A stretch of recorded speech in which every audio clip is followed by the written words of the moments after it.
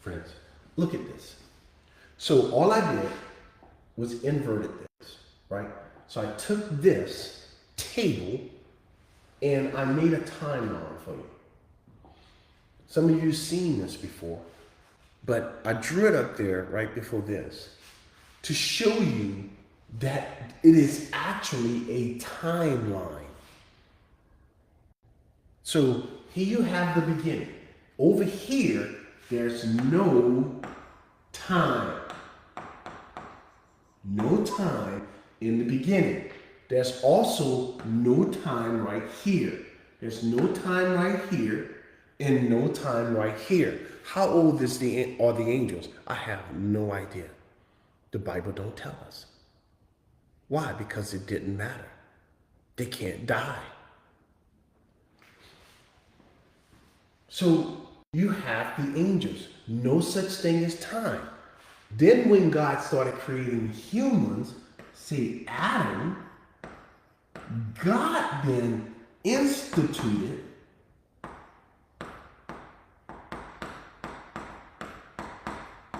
time. Who did that? God did that. He instituted days, minutes, seconds, and weeks, and months, and years. God did that right here. There was no need for it back here. Got it?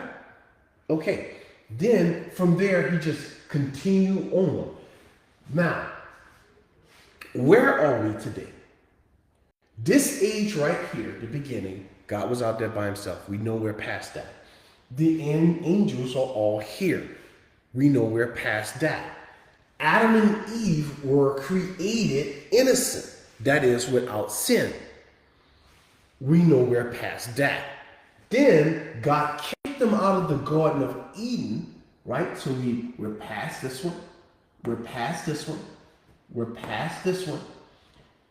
And then here, where God had them being ruled by their own conscience. And what happened? Oh man, demonic stuff started happening. Man started looking upon himself as if he was God. Age of humanism, the rule of their conscience. So we know we're past that. Why? Because this is when the flood happened right here.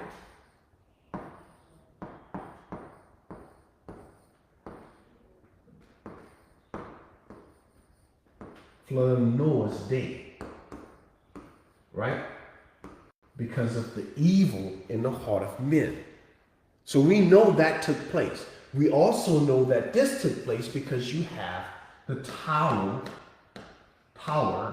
of Babel, where God confused all the languages. Why did he do that? Because they were rebelling against him, and he said, I'm not putting up with that mess. Then God took a nation. So we know we are past this. God took a nation. What nation? The nation of Israel. What did God do that for? Because he wanted to give out a law to show that you and I can't keep it. And to distinguish a nation that serve him the way that he commanded that they serve, and nations that don't serve him the way that he commanded them to be served. Now, throughout all this, God had given a remedy to the sin problem. It was sacrifices. He himself started with the first one. He always started, friend, the payment for sins. Nobody else could do it. So, where are we? This is the Mosaic law. We know we're past that. How do we know that? Because God kicked Israel out of his land. Listen, folks, that land don't belong to Palestinians. The land don't belong to Muslims. The land don't even belong to Israel. Talking about the Jewish people. Who does the land belong to? The land belongs to God. He told them, I'm going to kick you out of my land. So whose land is it? It's God's land. And in the end, God is going to give it to whomever he wants to have it. He said he made a promise to Abraham, Isaac, and Jacob to give it to their descendants. He's going to give it to their descendants. And it doesn't matter if you like it or not. God isn't going around asking you for your opinion, by the way. He gives commands. So, Israel failed to do what God wanted them to do. Did that surprise God? Of course not, friends. No. The ages are not to show that it was a possibility that mankind or angels could obey God. The ages was given for one reason and one reason only: to reveal God, to reveal God's attributes, to the praise of his glory. That's it, friends. All right. So today, where are we? We are right here. Now, what I'm going to do is I'm going to magnify this part of the timeline. I'll include the law right quick, and I'm going to magnify it so I can show you some things. I'm going to add one and do it here.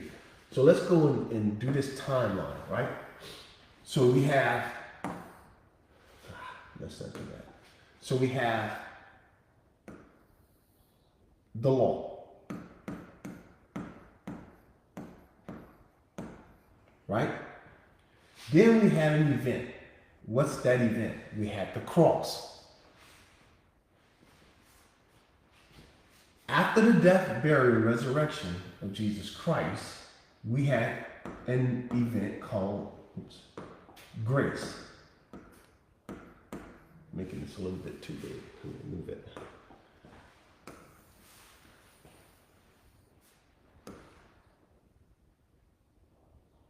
So the next age was called grace.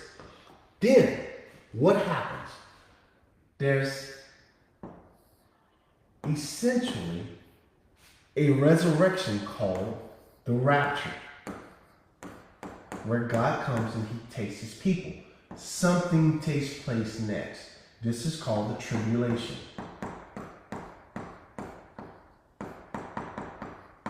Okay? Or the satanic age. Then there's an event that takes place. Something happens just the opposite of what happened with the rapture. This here is called the second coming of Jesus Christ to the earth, right? Jesus comes back to the earth at the end of the tribulation. Then what happens? Then there's another event, and this is called the millennium.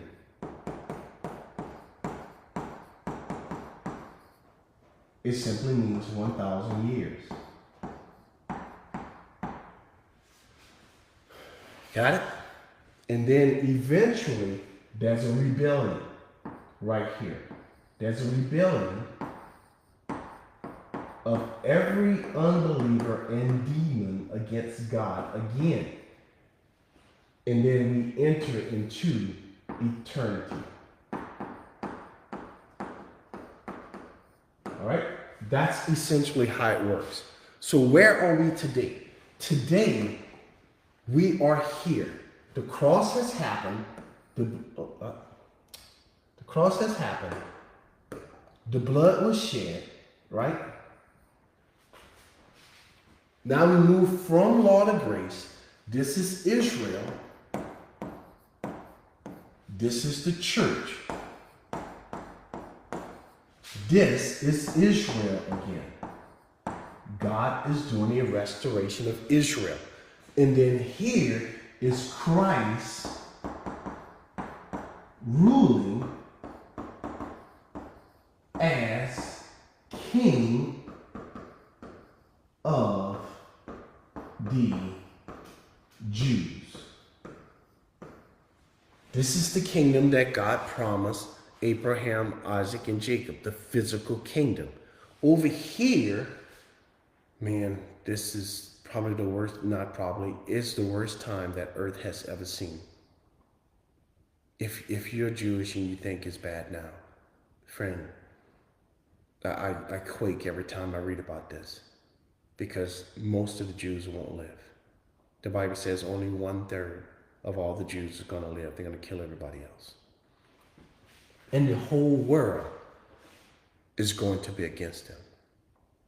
The whole world, friends, is coming, and it's coming really, really fast. Yes, the United States included. Say, well, wouldn't the Christians stand up? No, friend, the Christians are going to be gone. God's going to take the Christians, both Jew and non-Jews, out of the world right before this tribulation. And that's why you're going to have everybody turn against the Jews. Where you have true born-again believers who won't ever turn on the Jews. You have fake believers and non-Christians that will, and they will. Okay, so where are we today? We are approximately right here somewhere. We're at the end, because everything that the Bible talks about concerning the way that people are going to be behaving, the way that governments are going to be interacting, all these things are in play. Listen, folks, do you realize that we are the first people on this planet who have the capability of knowing exactly what's going on around the world at all times? Do you know that you and I are the first generation that has ever lived on the planet that can move from one country to another within 24 hours? That is completely across the world. Do you recognize that even as late as the 1950s, that people were still traveling around on horseback, in carriages and buggies? And in the 1940s, there were no planes where people travel in mass like we do today. We're the only country, the only people that have seen weapons that can literally destroy everyone on the face of the earth. All these things the Bible talked about. And people literally laughed at them. Why? Because that was not, you couldn't kill the whole world with a bow and arrow, friend. There's no guns back in those days. We, our generation, have seen all these things happen. And it happened in a very short period of time. From the time that Adam and Eve was on the planet, some 6,000 years ago, up until the 1900s, everybody traveled the exact same way. Everybody communicated the exact same way. There was no way of you to know what was happening on the western side of the world if you lived on the eastern side of the world. Or it'd take you years before you figured it out. So yes, we are extremely close to the rapture taking place. When it's going to happen, friend, I have no idea. I don't know. The Bible didn't tell us. So I'm not going to speculate or guess, but I can tell you just by looking at the events and everything that's happening, that's where we are.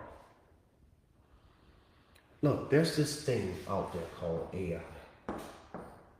You know that you and I, even right now, as I'm doing this, you know that I'm being watched, I'm being recorded. That everything about me might listen, this board is a smart board. If you think they're not recording every word I speak, this computer have cameras. If you think, when I pass by, if it's open, they're not looking. Friend, you're fooling yourself.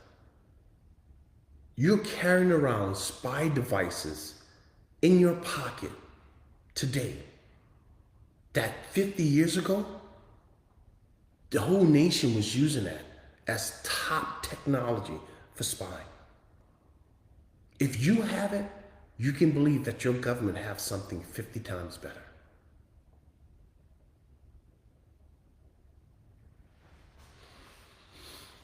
So, what is all of that? All of this, essentially, friends, is how God has chosen to interact with his creation to bring them to the place where he wants us to be ultimately. Where? A world wherein dwells righteousness. And God has an eyewitness to his attributes, each and every last one of them. There's some things, let me help you.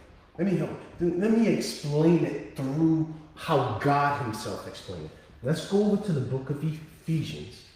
Now watch this. There's some things, and you find little subtleties like this, right? You find things like this all throughout the Bible. This is just one example. Watch this. Okay, and there's several of these listed by Paul, but in other books, they're not called mysteries. But if you keep the same theme, you would understand that it is and that God just revealed it.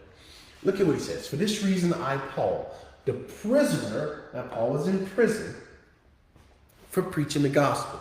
But who put him there? The prisoner of Christ Jesus. So if you end up in prison because of the gospel, listen, friend, who put you there? God did. God did. You don't go to prison on your own. You're God's prisoner. For you Gentiles. For if indeed you have heard of the what? The dispensation of the grace of God. Paul understood it. Paul understood that God was dealing differently with people at the time when he was alive than he was dealing with people in Israel who were under the law. It's a different dispensation. One was the law, the other is grace. You see, it's there in the book, friends. It's really there and it's plain. So he goes on, which was given to me for you. So God gave this message that Paul is preaching. He gave it to us today. That's the message in the gospel that you're supposed to be preaching. How that? By revelation. How did Paul get it? He got it by revelation. The he here is God. God made known to Paul a certain mystery. What is a mystery? A mystery in the Bible is something that God determined not to share beforehand until he gave it to the person he wanted to give it to. He hid it. As I have briefly written already, by which when you read, you may understand my knowledge in the mystery of Christ. That is the gospel. Listen, which in what? Other ages. Wait a minute, Paul. There were other ages? Yes. And there are still other ages. What is he talking about? Paul is talking about these ages right here. These ages. That's what he's talking about. Now you know. So when you read that, now you're going to get a visual in your mind of what God is talking about. You won't have to guess anymore.